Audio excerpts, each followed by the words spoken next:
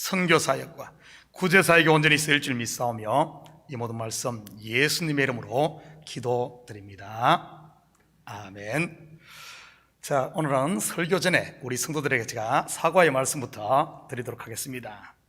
저는 이 시대를 사는 한 목회자로서, 그리고 참 교회를 담임하는 담임 목사로서 제 나름대로 최선을 다한다고 했지만 부족한 점이 많았던 것에 대해서 이렇게 사과를 드립니다. 특히 하나님의 말씀을 대언하는 설교자로서 갓 태어난 어린아이와 같은 유아기적 신앙을 가진 성도로부터 장성한 분량에 이르는 성숙한 이 성도에 이르기까지 모두에게 딱 맞는 맞춤식 설교를 하지 못한 것에 대해서 사과를 드립니다. 어떤 분에게는 제가 한 설교가 너무 어려워 오해를 하게 한 것에 대해서도 사과를 드립니다. 제가 지난주 1부 예배 때 말씀드렸듯이 설교자는 하나님의 말씀을 요리해서 식구들에게 먹이는 어머니와 같은 존재입니다. 제가 올해로 20년째 담임 목회를 하며 약 7,280번 정도의 설교를 한 것 같습니다. 평균 한 주에 7번, 1년이면 52주 해서 364번, 20년이면 7,240번 정도 됩니다. 설교를 이 요리로 비유한다면 7,280번의 밥상을 차린 셈이지요. 아마 여기에 계신 여자분들은 저의 2배 내지 3배 정도는 더 밥상을 차렸지 않을까 생각합니다. 그런데 지금까지 7,000번 이상의 밥상을 차렸지만 단 한 번도 식탁에 둘러앉은 모든 가족 한 사람 한 사람의 입맛과 그리고 모든 가족 개개인에 딱 맞는 영양을 맞춘 밥상을 차린 적은 별로 많지 않은 것 같습니다. 맛에 신경을 쓰면 영양이 과하든지 부족하고, 영양에 포커스를 맞추면 맛이 짜든지 싱겁든지 했지요. 장성한 어른의 입맛에 맞추면 어린아이에게는 맞지 않고, 어린아이에게 맞추면 어른들이 맞지 않고, 청년들에게 맞추면 나이 많은 어르신들에게는 또 이렇게 맛에 맞지 않고, 그동안 제가 준비한 설교 요리가 여러분의 입맛에 맞지 않아 설교 시간만 되면 조신 분들에게 사과를 드리고, 뜰버서 삼키지 못해 뱉어내신 분들께 사과드리고, 짜고 매워서 먹지 못해 영양실조 걸리신 분들에게도 사과의 말씀을 드립니다. 저의 설교가 너무 강해 상처받으신 분들이 계시다면 그것 또한 용서를 구합니다.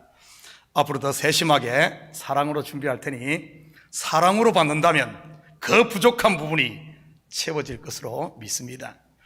그리고 여러분에게 몇 가지 부탁을 드립니다. 먼저 인도 목사를 위해 기도해 주시기 바랍니다. 에스라와 같은 학자의 입술을 주시라고 기도해 주시고, 엘리야의 영감을 갑절이나 입혀주시라고 기도해 주십시오. 사도 바울과 같이 말씀의 깊이를 알아 하나님의 뜻과 진리를 보고 전할 수 있게 해 주시라고 기도해 주시고, 초대교회 사도들의 마음에 불을 지폈던 성령 충만을 위해 기도해 주시기 바랍니다. 무엇보다 그리스도의 사랑이 풍성히 흘러넘치도록 기도해 주시기 바라고요. 그리고 여러분에게 몇 가지 당부의 말씀을 드립니다. 말씀은 양식입니다. 제발 씹다가 뱉어내지 마시고 잘 삼켜주시기 바랍니다. 비록 그 맛이 좀 쓰다고 할지라도 말이지, 음식도 쓴 것이 몸에 더 유익하듯 말씀도 때로는 쓴 소리가 약이 되니 말이지요. 말씀을 듣는 자리는 음식을 함께 먹는 잔치자리이지 재판자리가 아님을 명심해 주시고, 성도는 성도의 자리에 앉으시기를 부탁드립니다. 그래야 복이 있는 자니까요. 그리고 예배 후 친교 시간에는 설교를 가지고 이러쿵저러쿵 재판하지 마시고 대신 한 주간의 여러분의 삶을 나누시기를 부탁드립니다. 하늘 양식을 배불리 잘 먹은 주위의 양떼들 체할 수 있으니까요. 음식은 먹었으면 소화를 시켜야지 그렇지 않고 토해내면 먹지 않은 만 못합니다. 생명 양식인 말씀도 마찬가지지요. 하나님의 말씀을 잘 소화시킨 사람은 입가에 미소가, 얼굴에는 웃음꽃이 피게 됩니다. 마음에는 은혜와 평강이, 손에는 섬김이, 발에는 복음 들고 산을 넘는 아름다운 발이 되는 것이지요. 그리고 삶의 모든 영역에서 성령의 열매를 맺게 됩니다. 사랑과 희락과 화평과 오래 참음과 자비와 양선과 충성과 온유와 절제 같은 열매 말이지요. 저는 우리 성도들의 삶에 이런 열매가 풍성하기를 축복합니다. 그동안 만삭되지 못하여 난자 같은 저로 인해 오해가 있었던 분들은 이 시간 다 내려놓으시고 한솥밥을 먹는 참교회 공동체 모든 식구들이 그리스도 안에서 하나 되고 서로 사랑할 수 있기를 축복합니다. 오늘은 평소에 문목사답지 않게 시작이 좀 무겁습니다. 자, 이제 눈에 좀 힘 좀 빼시고 우리 좀 긴장 좀 푸시고 앞뒤 돌아보시며 이렇게 한번 인사합니다. 내 탓입니다. 내 탓입니다. 맞습니다. 성도가 잘못되면 여기 있는 목사 탓이지 누구 탓이겠습니까? 앞으로는 서로 탓하지 마시고 감싸고 싸맬 수 있기를 축복합니다. 자, 본문으로 들어갑니다. 성전에 들어가던 부자들이 헌금함에 헌금을 넣습니다. 그리고 가난한 과부도 헌금을 했는데 2렙돈을 넣었지요. 요즘 돈으로 하면 1불에서 2불 정도 되는 돈입니다. 그 광경을 가만히 지켜보고 계시던 예수님께서 이렇게 말씀하셨습니다. 3절과 4절입니다. 이르시되 내가 참으로 너희에게 말하노니 이 가난한 과부가 다른 모든 사람보다 많이 넣었도다. 저들은 풍족한 중에서 헌금을 넣었거니와 이 과부는 그 가난한 중에서 자기가 가지고 있는 생활비 전부를 넣었느니라 하시니라.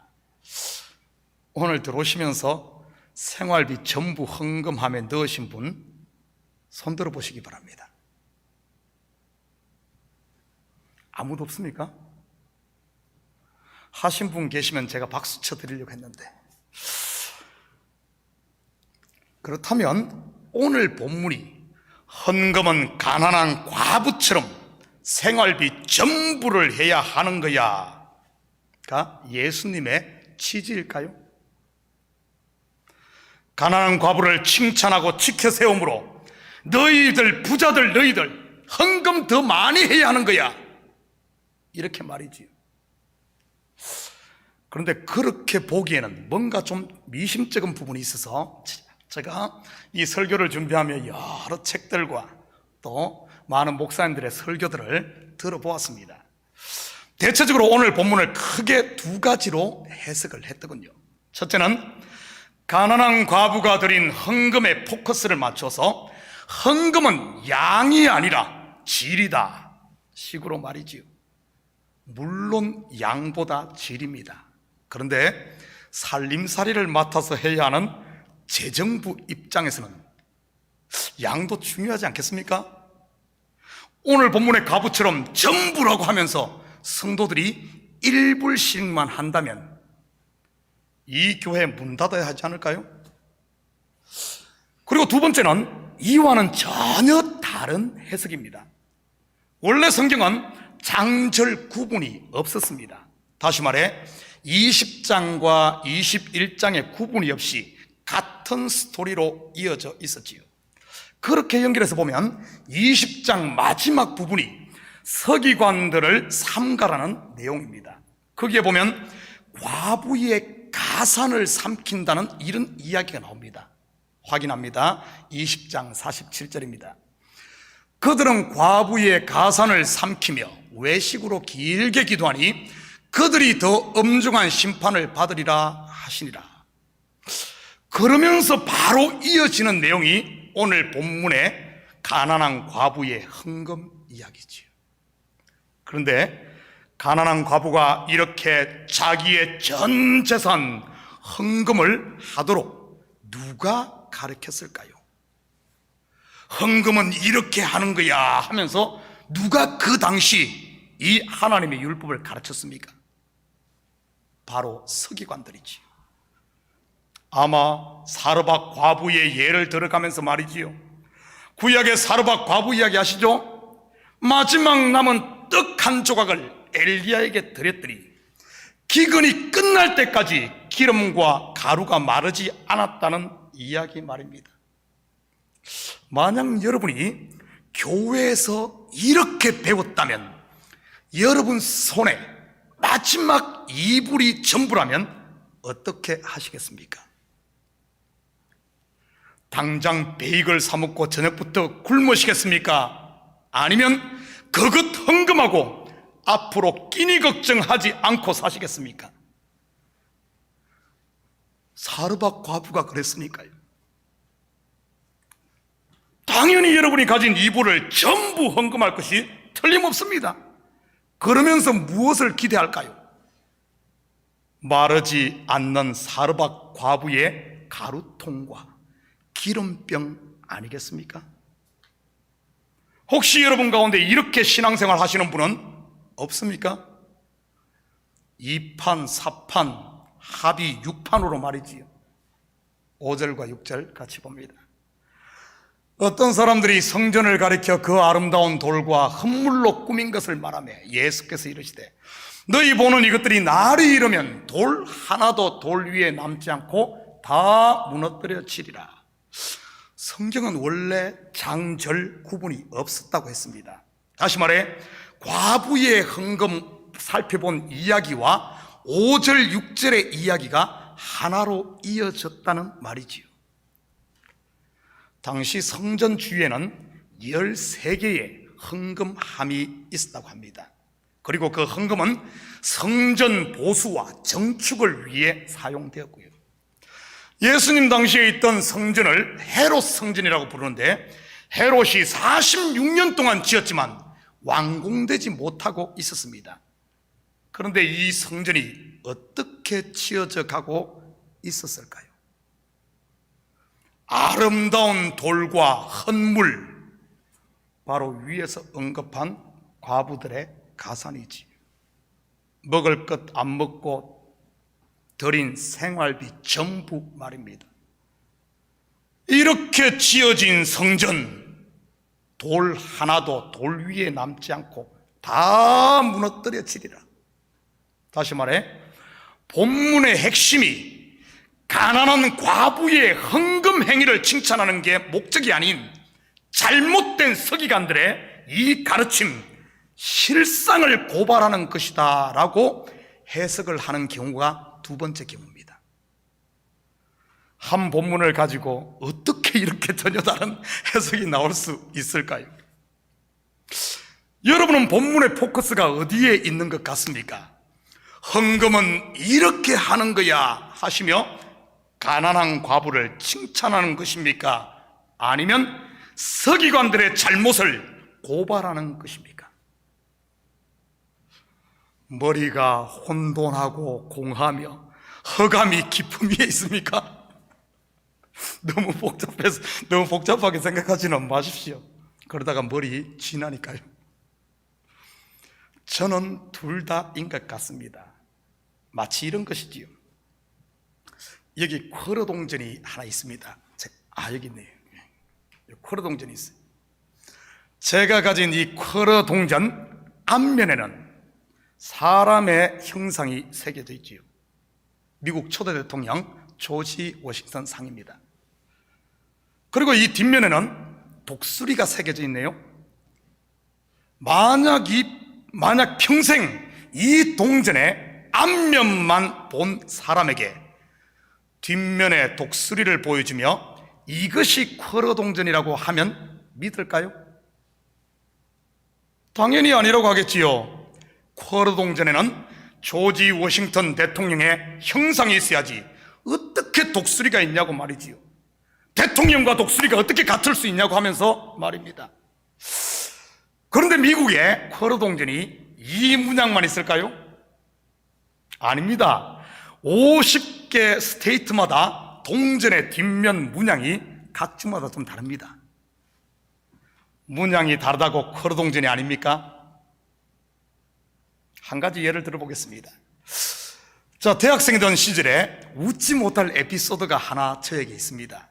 저는 고등학교 졸업 때까지 시골에서 자랐기에 자가용은 거의 보지 못하고 자동차는 트럭만 보고 자랐습니다. 대부분의 트럭은 전륜 구동이 아닌 후륜구동입니다. 뒷바퀴가 굴리는, 엔진이 연결돼서 굴리는 구조이지요. 어느 날 친한 친구와 대학교 때 차에 대해서 이야기를 나누다가 그 친구가 저에게 자가용은 앞바퀴로 굴린다고 했습니다. 그때 제가 좀 아는 척을 하며 세상에 앞바퀴로 굴리는 차가 어디 있냐고, 차는 전부 뒷바퀴로 굴린다고 하다가 서로 언쟁이 붙어 싸웠습니다. 누가 이겼을까요? 한국 사람은 목소리 크면 이깁니다. 제가 목소리 하나는 좀 크지 않습니까? 제가 이겼죠. 여러분이 타고 온 차는 전륜구동이든가요, 후륜구동이든가요? 아마 여기 있으시면 대부분 앞바퀴가 굴리는 전륜구동일 겁니다. 벤츠나 BMW 같은 이런 것들은 보통 이 후륜구동이죠. 유럽 차들 말이죠. 그리고 SUV는 어떻습니까? 앞뒤 다 굴리는 사륜구동입니다. 이렇게 예를 들어서 하니까 귀에 쏙쏙 들어오고 싶죠. 예.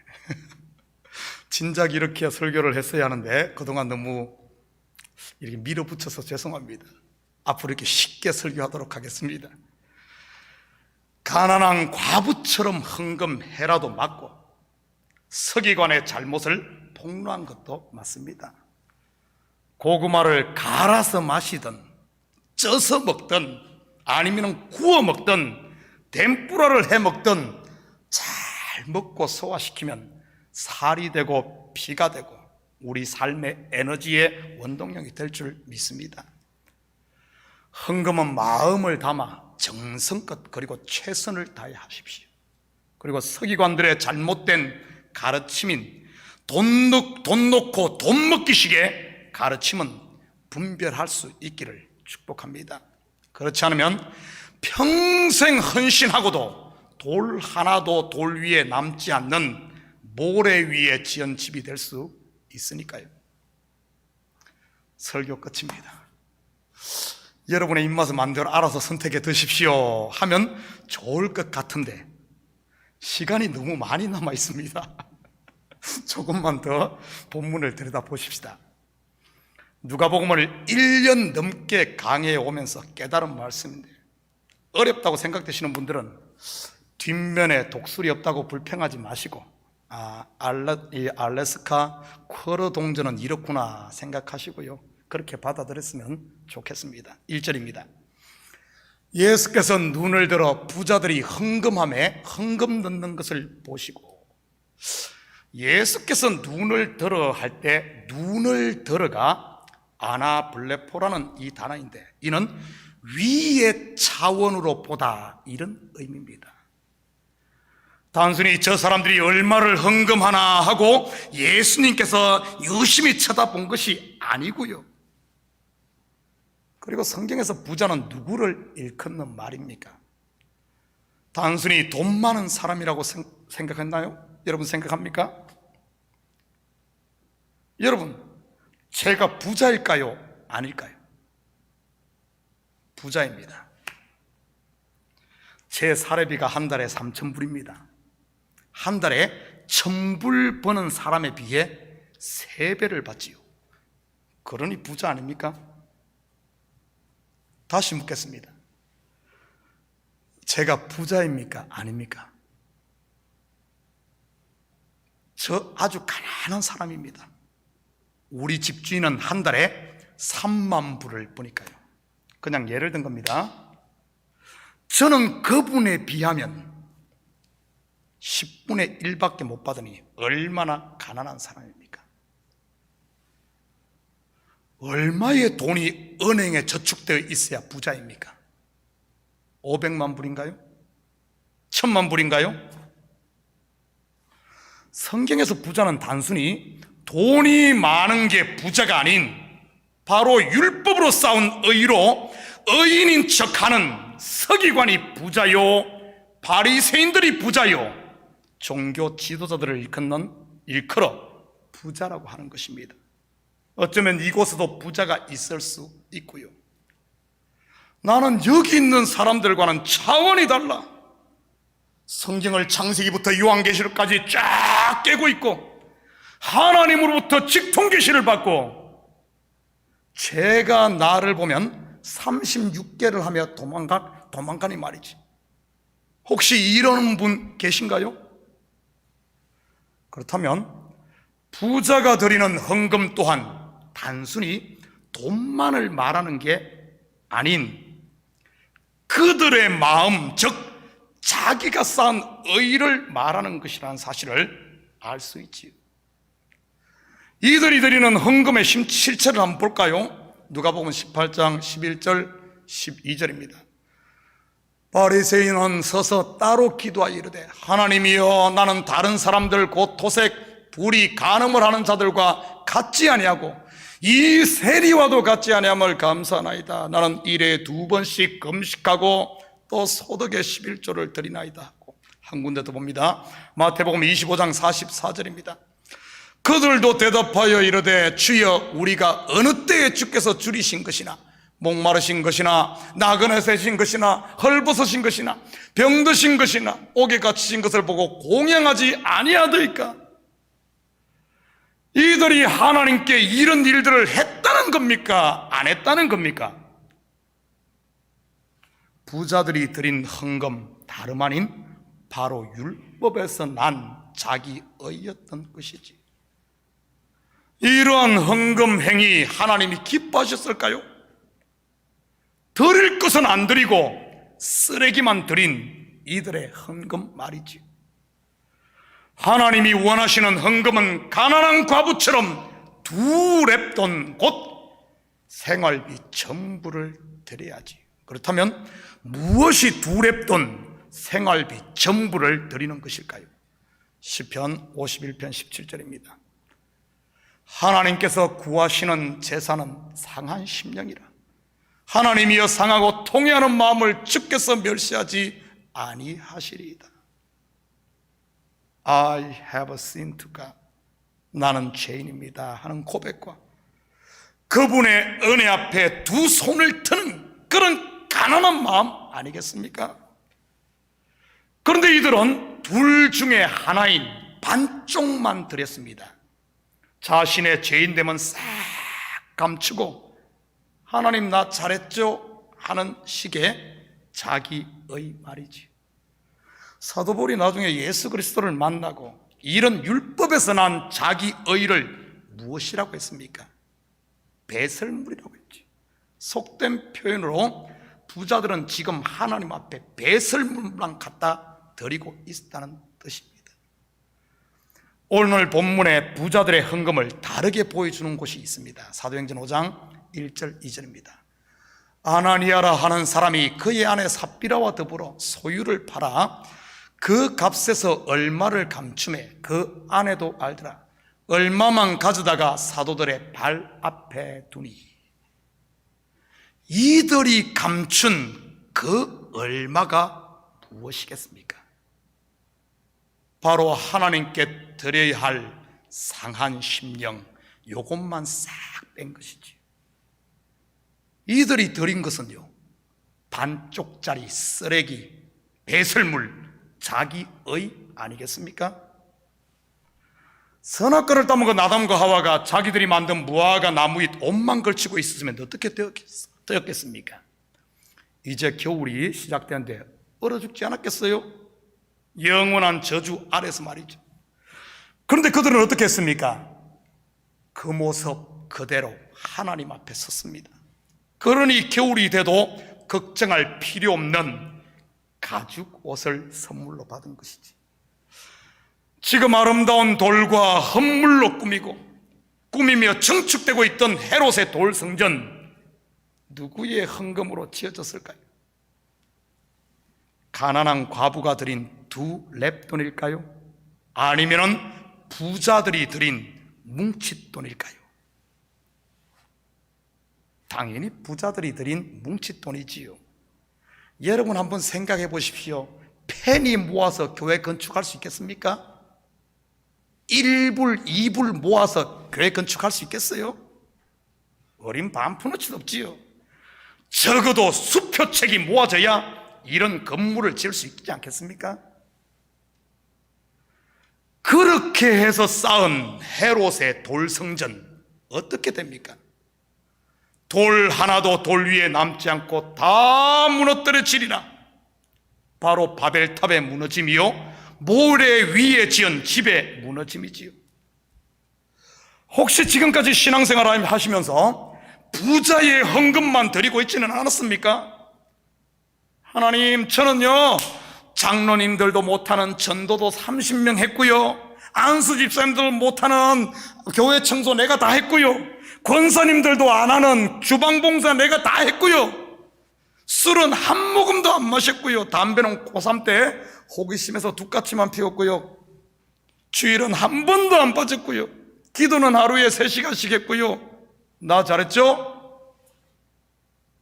그러니 나 저런 세리 같은 참교회 성도들과는 함께 신앙생활 못하겠으니 저 세리들 좀 다 교회에서 내쫓아 주세요.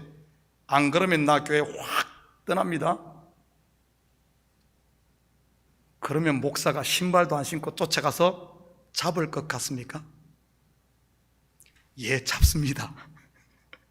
왜냐하면 복음을 몰라서 그러니 가서 잡고 복음을 들려줘야 하지 않겠습니까? 세상에 내가 다닐 교회가 없다며 교회를 떠나 혼자 컴퓨터 앞에 앉아서 예배 드리는 게 믿음일까요? 목사다운 목사 없다고 다방 한 구석에 축처앉아 목사 뒷담화 까고 성도다운 성도 없다고 불평하는 게 과연 그게 신앙일까요? 혹시 오늘도 예수님께서 험금함 옆에 앉아 우리 속에 있는 이러한 마음 내놓기를 간절히 기다리고 있지는 않을까요? 바로 상한 마음 말이지. 2절입니다.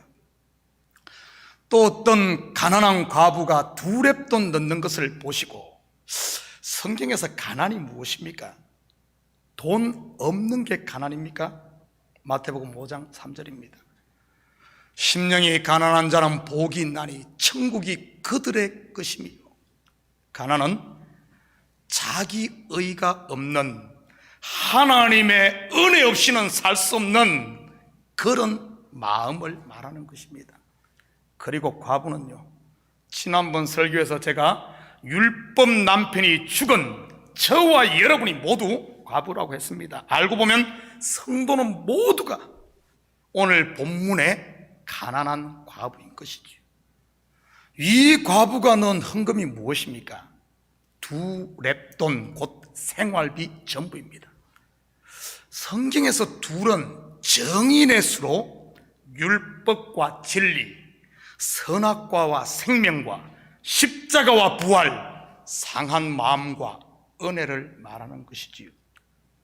그리고 생활비 전부란 바로 이 모습 이대로 전부를 드리는 것을 말합니다. 찬송가 가사에도 있지 않습니까? 이 모습 이대로 주 받으옵소서. 날 위해 돌아가신 주 날 받으옵소서. 죽이셔도 주님의 뜻, 살리셔도 주님의 뜻, 주님의 뜻만 이루어지이다이지요. 이는 곧 앞에서 살펴본 세리의 기도요, 오른편 양들의 고백인 것입니다. 제가 한 것은 아무것도 없습니다 하는 고백 말이지. 3절 4절입니다. 이러시되 내가 참으로 너에게 말하노니 이 가난한 과부가 다른 모든 사람보다 많이 넣었도다. 저들은 풍족한 중에서 헌금을 넣었거니와 이 과부는 그 가난한 중에서 자기가 가지고 있는 생활비 전부를 넣느니라 하시니라. 이 가난한 과부, 다른 모든 사람보다 많은 생활비 전부를 넣었습니다. 이렇게 전부를 넣었으면 그 금액 또한 엄청날까요? 마가복음 12장 42절입니다. 한 가난한 과부는 와서 2렙돈, 곧 한 고드란트를 넣는지라. 당시 렙돈은 헬라의 주화로서 가장 작은 단위의 동전, 그리고 고드란트는 로마의 주화로서 또한 가장 작은 단위의 동전이었습니다. 그런데 마가는 굳이 이 두 동전을 비교하며 두 렙돈이 곧 한 고드란트라고 기록하고 있습니다. 이것은 단순히 돈 가치만을 설명하고자 하는 게 아니라 둘이 하나라는 것을 강조하고 있는 것입니다. 둘이 하나가 된 그 하나가 무엇이겠습니까? 둘이 하나가 된 그 하나, 바로 예수 그리스도의 십자가이지. 하나님과 분리되었던 우리를 다시 하나님의 아들로 하나 되게 하신 그분의 사랑, 바로 십자가 말이지. 다시 말해 성도들이 드리는 헌금은 그분으로부터 이 사랑을 고백하는 것입니다. 그러기에 그분의 사랑을 아는 성도는 살아도 주를 위해 살고 죽어도 주를 위해 죽나니 사나 죽거나 오직 주의 것인 것이지. 모든 영광과 지혜와 감사와 존귀와 능력과 힘이 우리 하나님과 어린 양께 있는 것이고요. 아름다운 돌과 부자들의 헌물로 꾸민 헤롯의 높은 돌 성전은 돌 하나도 돌 위에 남지 않고 다 무너집니다. 그에 비해 율법과 진리를 통해 한 고드란트, 즉 한 분이신 그리스도의 사랑 위에 세워진 성도들의 성전은 비가 내리고 창수가 나고 바람이 불어도 무너지지 않는 것이지. 왜냐하면 돌 위에 돌로 쌓인 무너질 성전이 아닌 오직 그리스도가 머리인 그분과 하나 된 돌 위에 돌이 없이 그냥 돌 하나밖에 없기 때문에 무너질 일이 없는 것입니다. 사랑하는 성도 여러분, 이 한 주도 무너져 없어질 부자로 살지 마시고 두 렙돈 곧 생활비 전부를 드림으로 가난한 과부에서 이제는 그리스도와 하나 된 그분의 신부로 사심으로 그분의 사랑과 은혜와 그리고 그분의 긍휼이 여러분의 입술을 통해, 여러분의 손과 발을 통해, 그리고 여러분의 얼굴을 통해 삶의 현장에 흘려보내는 그리스도의 사랑의 통로로 사는 이런 복된 한 주가 되시기를 주님의 이름으로 축복합니다. 같이 기도하십시다. 사랑의 아버지 하나님, 참으로 감사를 드립니다. 맞습니다. 주님이 받으시기를 원하시는 바로 헌금은 과부의 두 렙돈, 한 고드란트, 이 모습 이대로 주님 앞에 드림으로 아버지 난 죄인된 모습이라 할지라도 십자가 앞에 엎드림으로 주님의 은혜가 우리 속에 강물처럼 흘려들어와 이제는 나는 간 곳 없고 예수로만 사는 이런 복된 삶이 되게 하시고 온전한 삶이 될 수 있도록 우리 주님 축복하여 주시옵소서. 지금까지 어리석은 부자로 참으로 아버지 하나님 드려야 될 것은 드리지 않고 자기 자랑과 자기 의로 살았다면 이제는 이런 것들 다 내려놓게 하시고 주님이 원하시는 참으로 상한 심령, 이 모습 이대로 주님 앞에 설 수 있는, 그래요 온전히 주님과 하나 되는 무너질 것 없는 한 돌이 되는 우리 성도들 다 되게 도와주시옵소서. 감사드리며 예수님의 이름으로 기도드립니다. 아멘. 자, 우리 다 같이